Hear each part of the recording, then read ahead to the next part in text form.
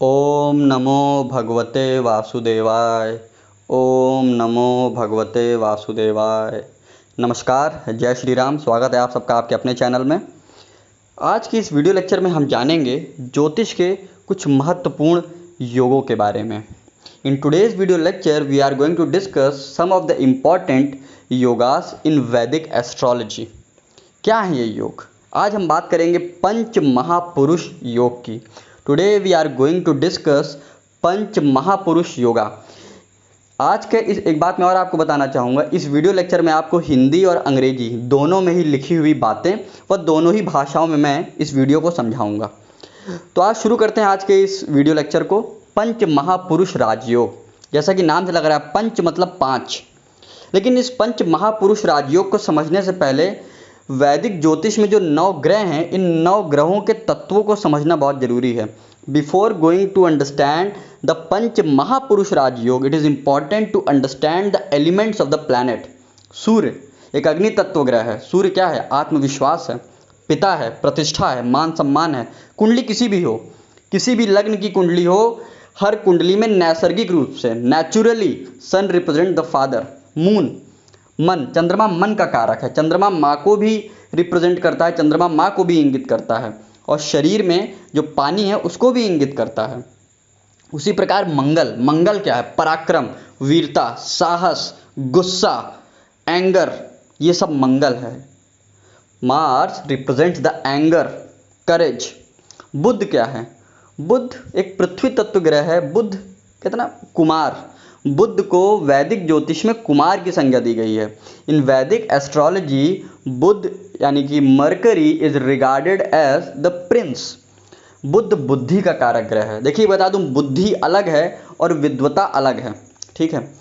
जब हम देवगुरु की बात करते हैं तो ये आकाश तत्व के हैं। और देवगुरु मतलब क्या? ज्योतिष शास्त्र में कहा जाता है कि नैसर्गिक रूप से सबसे ज़्यादा शुभ ग्रह, the most benefic and auspicious planet in Vedic astrology is Jupiter. इसी प्रकार शुक्र क्या है? कहते हैं जो आँखों को मोह ले। इस संसार में हर वो चीज़ जो आपके आँखों को, आपकी इंद्रियों को सुख दे, जो आपका मन मोह ले, वो शुक्र है, डेट इज वीनस। इसी प्रकार शनि, सैटर्न, कहते हैं न्याय। जब भी न्याय की बात आएगी, धैर्य की बात आएगी, धीमेपन की बात आएगी, तो वहाँ शनिदेव। एक बहुत फेमस कहा जाता है, ज्योतिष में बहुत प्रसिद्ध है, शनिवत राहु कुजवत केतु, यानी शनि के समान राहु और मंगल के समान केतु। जब हम तत्वों की बात करते हैं तो ध्यान रहे, शनिदेव का तत्व भी वायु तत्व है और राहु और केतु का भी वायु तत्व है। जितनी भी संचारी रोग यानी कि कम्युनिकेबल डिसीजेज होती हैं, जैसे आपने छींका और दूसरे वाले को भी जुकाम हो गया, क्या है? कम्युनिकेबल, संचारी रोग, वो सब राहु और केतु के द्वारा ही होता है। नज़र, टोना, टोटका, इन सब में भी राहु केतु की बड़ी महत्वपूर्ण भूमिका होती है। और एक बात और बता दूं, वैदिक ज्योतिष में कहा जाता है सूर्य नैसर्गिक रूप से सबसे शक्तिशाली ग्रह हैं। कहते हैं लग्न कोई हो फर्क नहीं पड़ता, चंद्र राशि कोई हो फर्क नहीं पड़ता, अगर कुंडली में सूर्य मजबूत है, बला बल के साथ है, षडबल में बल है, तो वह आदमी की कुंडली को, उसके जीवन को अकेले खींच लेता है। अगर सूर्य मजबूत है नैसर्गिक रूप से, तो सूर्य नैसर्गिक रूप से एक बली ग्रह। ध्यान रखिएगा, नैसर्गिक रूप से शुभ ग्रह की बात करेंगे तो वो देवगुरु बृहस्पति हैं, और नैसर्गिक रूप से बली यानी पावरफुल ग्रह की बात करेंगे तो वो सूर्य हैं, सूर्य देवता। Lord sun is naturally the most strengthful and powerful planet in Vedic astrology. तो शुरू करते हैं अब पंच महापुरुष राजयोग की। क्या है ये पंच महापुरुष राजयोग? बहुत सरल शब्दों में समझाता हूँ। आपकी कुंडली में, लग्न कुंडली में, वैसे मंत्रेश्वर की फल दीपिका और बृहद पराशर होरा शास्त्र और जातक पारिजात ये कहते हैं, इन सभी का निष्कर्ष मैं आपको बता रहा हूँ। आप चाहे तो जातक पारिजात फल दीपिका में ये पढ़ सकते हैं। फल दीपिका में जो अध्याय है योग वाला, शायद चौथा या पांचवा अध्याय है फल दीपिका में। तो उसमें ये कहा जाता है कि ज्योतिष में लग्न कुंडली में या चंद्र कुंडली में, आप लग्न कुंडली से भी देख सकते हैं, चंद्र कुंडली से भी देख सकते हैं, केंद्र के जो 4 घर होते हैं, पहला, चौथा, 7वां और 10वां, इसमें 5 ग्रह, वो 5 कौन कौन से हैं? मंगल, बुध, बृहस्पति, शुक्र और शनि। ये पांचों जब बैठते हैं, चाहे अपनी उच्च राशि में या खुद की राशि में या अपनी मूल त्रिकोण राशि में, तो पंच महापुरुष योग बनाते हैं। मैंने आपके सामने एक बार लिख दिया है चार्ट में जो डिस्प्ले हो रहा है कि किस ग्रह की कौन सी उच्च राशि है और कौन सी नीच राशि है और कितने अंश पे कौन सा ग्रह उच्च होता है और नीच का होता है। जैसे सूर्य मेष राशि में 10 डिग्री पे उच्च के होते हैं, चंद्रमा वृषभ राशि में 3 डिग्री पे उच्च के होते हैं, मंगल मकर राशि में 28 डिग्री पे उच्च के होते हैं, बुध कन्या राशि में 15 डिग्री पे, बृहस्पति कर्क राशि में 5 डिग्री पे, शुक्र मीन राशि में 27 डिग्री पे, शनि तुला राशि में 20 अंश पे, क्रमशः इसी प्रकार राहु और केतु भी 15-15 अंशों पे उच्च के होते हैं। देखिए राहु और केतु के लिए थोड़ा विवाद है। अगर हम सारावली की बात करें, माफ़ कीजिएगा, अगर हम ज्योतिष में सारावली एक बहुत प्राचीन ग्रंथ है, अगर हम सारावली की बात करें, सर्वार्थ चिंतामणि की बात करें और बृहद पराशर होरा शास्त्र की बात करें, तो यहाँ पे ज्योतिषियों का थोड़ा सा मत है। कई ज्योतिषी, प्राचीन वैदिक ज्योतिषी राहु की उच्च राशि को वृषभ राशि मानते हैं, वहीं कई ज्योतिषी राहु की उच्च राशि मिथुन राशि को मानते हैं। तो ये देखिए, ये थोड़ा सा इसमें भेद है। हालांकि जब आप परिणाम निकालेंगे तो कुंडली के हिसाब से, कुंडली में कहते हैं राहु और केतु का जब भी फलाफल करना है तो 2 बातें बहुत महत्वपूर्ण अपने दिमाग में बैठा लीजिए। आप चाहे किसी को भी उच्च मानिए, चाहे मिथुन को उच्च मानिए या वृषभ को उच्च मानिए राहु के लिए, और क्रमशः इसी प्रकार केतु के लिए, क्योंकि जिस भाव में राहु होंगे उससे ठीक 7वें भाव में केतु होंगे। राहु केतु हमेशा सबकी लग्न कुंडली में और चंद्र कुंडली में आमने सामने ही होंगे। अभी मैं वर्ग कुंडलियों की बात नहीं कर रहा हूँ, सिर्फ अभी आप लग्न कुंडली और चंद्र कुंडली पे ही इसको लगाएं, ठीक है। और राहु केतु का फलाफल करते वक्त ध्यान में ये रखना है कि शनि की क्या स्थिति है और केतु के लिए कि मंगल की क्या स्थिति है। मैंने कहा ना, शनिवत राहु कुजवत केतु, और इसके साथ ही साथ सबसे महत्वपूर्ण ये कि राहु और केतु जिस राशि में बैठे हैं उसका राशिपति कौन है, कहाँ बैठा है, किस अवस्था में है।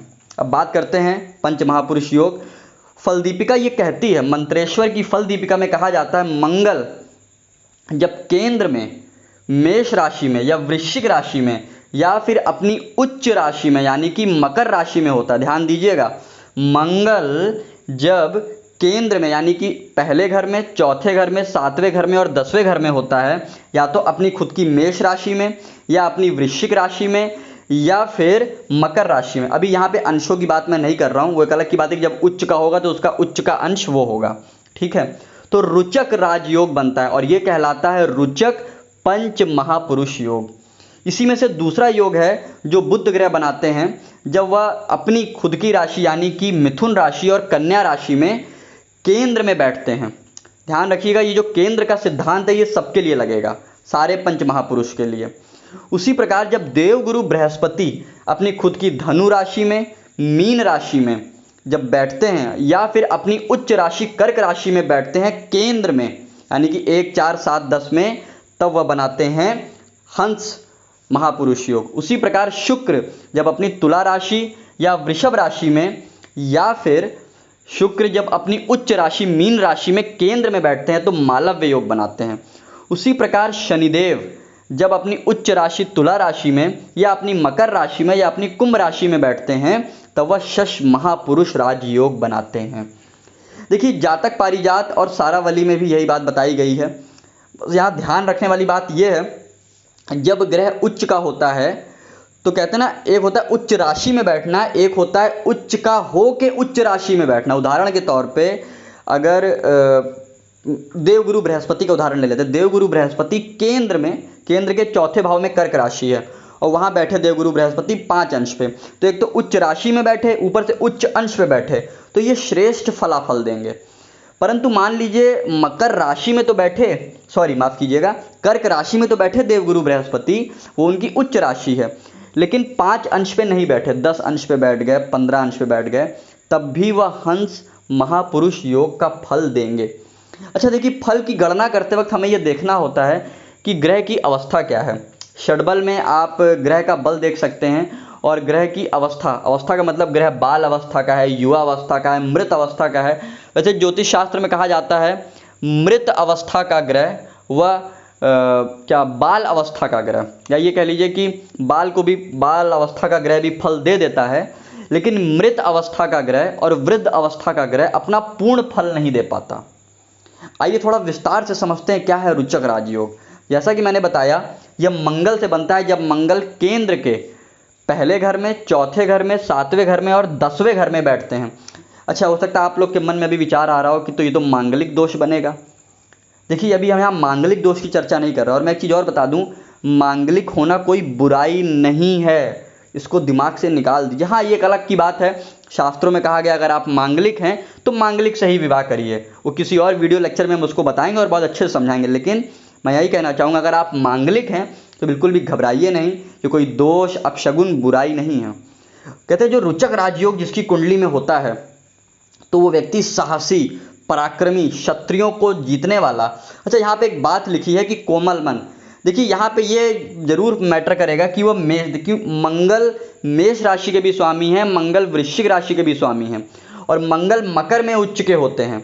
तो तीनों में उनका फलाफल अलग होगा। क्यों? इन राशियों का तत्व अलग है, इन राशियों का तत्व अलग है, तो तत्व के हिसाब से भी फल मिलता है। अभी आपकी स्क्रीन पे देखिए, केंद्र के 4 घर बने। अब मंगल पहले भाव में हो, चौथे भाव में हो, या सप्तम में हो, या दशम में। अगर अपनी खुद की राशि में है, मतलब इन 4 में से कहीं भी उनकी खुद की राशि है और वो वहीं बैठे हैं, या फिर अपनी उच्च राशि में बैठे हैं, तो ये रुचक राजयोग होता है। कहते हैं ये राजयोग अकेले ही जातक को सब कुछ दे सकता है। बस ध्यान रहे, ये राजयोग पीड़ित नहीं होना चाहिए। पीड़ित का मतलब, पता चला लग्न कुंडली में ग्रह कहीं है, चलित में कहीं है, पता चला ग्रह पर राहु केतु की दृष्टि पड़ गई या किसी पापक ग्रह की दृष्टि पड़ गई। भद्र योग, बुध यानी कि Mercury by the planet Mercury this Panch Mahapurush Rajyoga is formed. कहते हैं जब बुध ग्रह केंद्र में खुद की राशि मिथुन राशि या कन्या राशि में होते हैं, तब भद्र महापुरुष योग का निर्माण होता है। कहते हैं भद्र कौन है? कहते हैं बहुत भद्र व्यक्ति। भद्र मतलब शालीनता, जिसके स्वभाव में, जिसके पर्सनालिटी में, जिसके व्यक्तित्व में सज्जनता हो, भद्रता हो, व्यक्ति सौम्य लगे, सुसज्जित लगे, सुसौम्य लगे, मृदु लगे, उसे कहते हैं भद्र। कहते हैं जो भद्र महापुरुष जिसकी कुंडली में होता है, ऐसा व्यक्ति, इनके चेहरे पे तेज होता है। हालांकि चुलबुले भी होते हैं। अब ये डिपेंड करेगा कि मिथुन राशि में है कि कन्या राशि में है, लेकिन हाँ, बुद्धिमान होगा, उसकी बातों में तर्क होगा और अपनी बातों से लोगों को खुश करने का उसके अंदर सामर्थ्य होगा। आपको दिखाया केंद्र के ये 4 घर हैं, इनमें कहीं भी अगर मिथुन राशि होती है केंद्र के चारों घर में, या कन्या राशि होती है, तो ये भद्र महापुरुष राजयोग का निर्माण करते हैं। कहते हैं ज्योतिष शास्त्र में ये पंच महापुरुष राजयोग बहुत महत्वपूर्ण होते हैं। इनमें से कोई एक भी राजयोग अगर आपकी कुंडली में है और वह राजयोग पीड़ित नहीं हो रहा है, भंग नहीं हो रहा है, तो निश्चिंत रहिए, आपको जीवन में सब कुछ मिलेगा जिसके आप पात्र हैं और जिसके आप हकदार हैं। ज्योतिष में एक बात जरूर याद रखिएगा कि आप जिसके पात्र हैं और जिसके आप हकदार हैं। अब बात करते हैं हंस महापुरुष राजयोग की। बताने की जरूरत नहीं है, देवगुरु बृहस्पति, ज्योतिष शास्त्र कहता है देवगुरु की दृष्टि जहां पड़ जाए, वो भाव अगर पीड़ित भी है, कमजोर भी है, तब भी देवगुरु उसमें कुछ ना कुछ अच्छा करवा देते हैं। कहते हैं जब केंद्र के 1, 4, 7, 10 भाव में देवगुरु बृहस्पति अपनी धनु राशि में, मीन राशि में या कर्क राशि में जहां वो उच्च के होते हैं, जब बैठते हैं, विराजित होते हैं, तब हंस महापुरुष राजयोग का निर्माण करते हैं। ऐसा व्यक्ति राजा अथवा राजा के समान जीने वाला होता है। कहते हैं ऐसे व्यक्ति राजा को भी सलाह देता है। क्यों? देवगुरु बृहस्पति क्या है? गुरु ज्ञान के कारक ग्रह हैं। गुरु मतलब ज्ञान, गुरु मतलब दिशा। तो भाई स्वाभाविक सी बात है, वो व्यक्ति मंत्री हो सकता है, अधिकारी हो सकता है, ब्यूरोक्रेट हो सकता है, लोगों को सलाह देने वाला हो सकता है, दार्शनिक हो सकता है, फिलोसोफर हो सकता है, या ज्योतिषी हो सकता है। आपके सामने स्क्रीन पे आ रहा है केंद्र के ये 4 घर, 1, 4, 7, 10, इसमें कहीं भी अगर देवगुरु बृहस्पति अपनी खुद की धनु राशि या मीन राशि में, यानी कि पाइसेस और सैजिटेरियस या फिर कैंसर साइन में, यानी कि कर्क राशि में बैठे हैं और पीड़ित नहीं है। ध्यान रखिएगा, पंच महापुरुष राजयोग के साथ एक सबसे बड़ी शर्त कि केंद्र का भाव हो, ग्रह और भाव पीड़ित ना हो। पीड़ित का मतलब कि वहां पे किसी पापक ग्रह की दृष्टि या कोई पापक, पता चला देवगुरु तो बैठ गए, हंस महापुरुष योग तो बन रहा, साथ में राहु आ गए युति में, केतु आ गए युति में, शनिदेव आ गए युति में, तो ऐसा नहीं कि वो बुरा है, लेकिन हाँ वो राजयोग फिर भंग हो जाएगा या कमजोर हो जाएगा। ठीक है, तो इस महापुरुष का श्रेष्ठ फल लेने के लिए वो ग्रह अपनी राशि में हो। ठीक है, अब बात करेंगे मालव्य योग की। मैंने जैसा कि बताया शुक्र क्या है, इस संसार में हर वो चीज जो आपका मन मोह ले, इस संसार में हर वो सुख, ऐश्वर्य, भोग, विलास, वो सब शुक्र हैं। कहते हैं केंद्र में 1, 4, 7, 10 भाव में, यानी पहले भाव में, चौथे भाव में, 7वें भाव में और 10वें भाव में जब शुक्र यानी कि वीनस अपनी राशि यानी टॉरस यानी वृषभ राशि में, तुला राशि में या फिर मीन राशि में बैठते हैं बलाबल के साथ, तब मालव्य योग का निर्माण होता है। ऐसा व्यक्ति, इसकी वाणी में इतनी मिठास होती है, इसके अंदर कलाएं होती है, दिखने में सुंदर और अति सुंदर होता है। कहते हैं ना कि एक छरहरी काया होती है व्यक्ति की, वो जब बोलता है तो ऐसा लगता है कि जैसे शहद निकल रहा है। और विपरीत लिंग को आकर्षित करने की कला होती है जिनके पे मालव्य योग होता है, इनका शुक्र मजबूत होता है, सुंदर होते हैं, आकर्षक होते हैं। अक्सर ये लोग सिंगर, प्रोफेसर, म्यूजिशियन, ये सब होते हैं ये लोग, एक्टर, एक्ट्रेस। अगर आपको इस फील्ड में जाना है तो शुक्र का बड़ा महत्वपूर्ण किरदार होता है। ये लोग पेंटर होते हैं, फाइन आर्ट्स में बड़ा अच्छा नाम करते हैं। केंद्र के 4 भाव 1, 4, 7, 10, इसमें अगर शुक्र बैठे हैं अपनी वृषभ या तुला राशि में या अपनी उच्च राशि में मीन राशि में, तब मालव्य योग का निर्माण होगा। और ऐसा जातक सभी भौतिक और सांसारिक सुखों को भोगने वाला होता है, भूमि भवन वाहन से सुसज्जित व सभी भौतिक सुखों को श्रेष्ठ रूप से भोगता है। अब बात करते हैं अंत में आने वाला, हालांकि अंत नहीं है, शश महापुरुष राजयोग। शश, श से शश, श से शनिदेव। कहते हैं शनिदेव जब अपनी मकर राशि में या अपनी कुंभ राशि में या अपनी उच्च राशि तुला राशि में केंद्र में बैठते हैं, तब शश महापुरुष राजयोग का निर्माण करते हैं। हालांकि शनिदेव के साथ एक बात है, यह विलंब करवा देता है। अगर कहते हैं अगर कुंडली में शनिदेव बहुत ज़्यादा मजबूत हैं, षडबल में भी इनके पास बल है, नवमांश में भी मजबूत हैं और दशमांश कुंडली में या सप्तमांश कुंडली में भी मजबूत हैं शनिदेव, तो एक दिक्कत करते हैं, हर काम में देरी होती है, हर काम में देरी होती है, लेकिन हाँ मिलता सब कुछ है। कहते हैं शनिदेव की एक खास बात, शुरू में भले आपसे संघर्ष करवाएं, शुरू में भले आपको खूब रगड़ें, हर चीज़ में विलंब करें, हर काम में विलंब हो, लेकिन जो अंतिम परिणति होगी, जो फाइनल डेस्टिनेशन आपकी होगी, वो सबसे श्रेष्ठ होगी। ज्योतिष शास्त्र कहता है शनिदेव जो चीज़ देते हैं ना, वो मजबूत होती है, चिरकाल तक, दीर्घकाल तक रहने वाली होती है। जैसा कि मैंने बताया केंद्र के ये 4 घर, पहला भाव, चौथा भाव, 7वां भाव और 10वां भाव, इसमें अगर शनिदेव विराजित होते हैं अपनी मकर राशि में, कुंभ राशि में या अपनी उच्च राशि तुला राशि में, तब शश महापुरुष राजयोग का निर्माण होता है। और ये बात फिर से ध्यान कर लीजिएगा, किसी भी प्रकार से यह राजयोग भंग नहीं होना चाहिए। उदाहरण के तौर पे अब इस पर मान लीजिए सूर्य की दृष्टि पड़ जाए या राहु केतु की दृष्टि पड़ जाए, ऐसा नहीं है, शनिदेव भी पीड़ित होते हैं, राहु केतु की दृष्टि पड़ जाए, तो पंच महापुरुष योग आज हमने देखा। और मैंने सबसे पहले वीडियो की शुरुआत में ही ग्रहों के तत्वों के बारे में बताया। ग्रहों के तत्वों को जानना इसलिए जरूरी है, मंगल अपनी मेष राशि में बैठेंगे तो दूसरा फलाफल होगा, ऐसा नहीं है कि एकदम ही अलग होगा, लेकिन हाँ फलाफल भिन्न होगा। और वही मंगल जब वृश्चिक राशि में बैठेंगे तो फलाफल भिन्न होगा। क्यों? राशियों का भी तत्व होता है और ग्रह का भी अपना तत्व होता है। जब तत्व से तत्व मिलता है तो अलग प्रभाव, जब तत्व दूसरे तत्व से मिलता है तो एक अलग प्रभाव होता है। उदाहरण के तौर पे एक अग्नि तत्व का ग्रह जल तत्व की, अभी मान लीजिए मंगल अग्नि है, अब जाके कर्क राशि में बैठ जाएंगे तो कर्क राशि जल तत्व की राशि है। अब अग्नि जब जल में जाएगी तो क्या होगा? अब भाई जो बलाबल में मजबूत होगा वो अपना प्रभाव ज़्यादा दिखाएगा। तो पंच महापुरुष राजयोग को समझने के लिए पहली चीज़ केंद्र के 4 भाव उनको देखिए, फिर वहाँ जो ग्रह बैठा है उनको देखिए कि चलित में कहीं ग्रह बदला तो नहीं। अगर आपको नहीं पता कि चलित क्या है तो इससे पहले का एक वीडियो है उसको देखिएगा, उसमें मैंने बताया है कि चलित चक्र क्या है। दूसरी शर्त, ग्रह पीड़ित ना हो रहा हो और ग्रह बलाबल के साथ हो। मिलते हैं अगले वीडियो में। धन्यवाद। जय हिंद, जय भारत।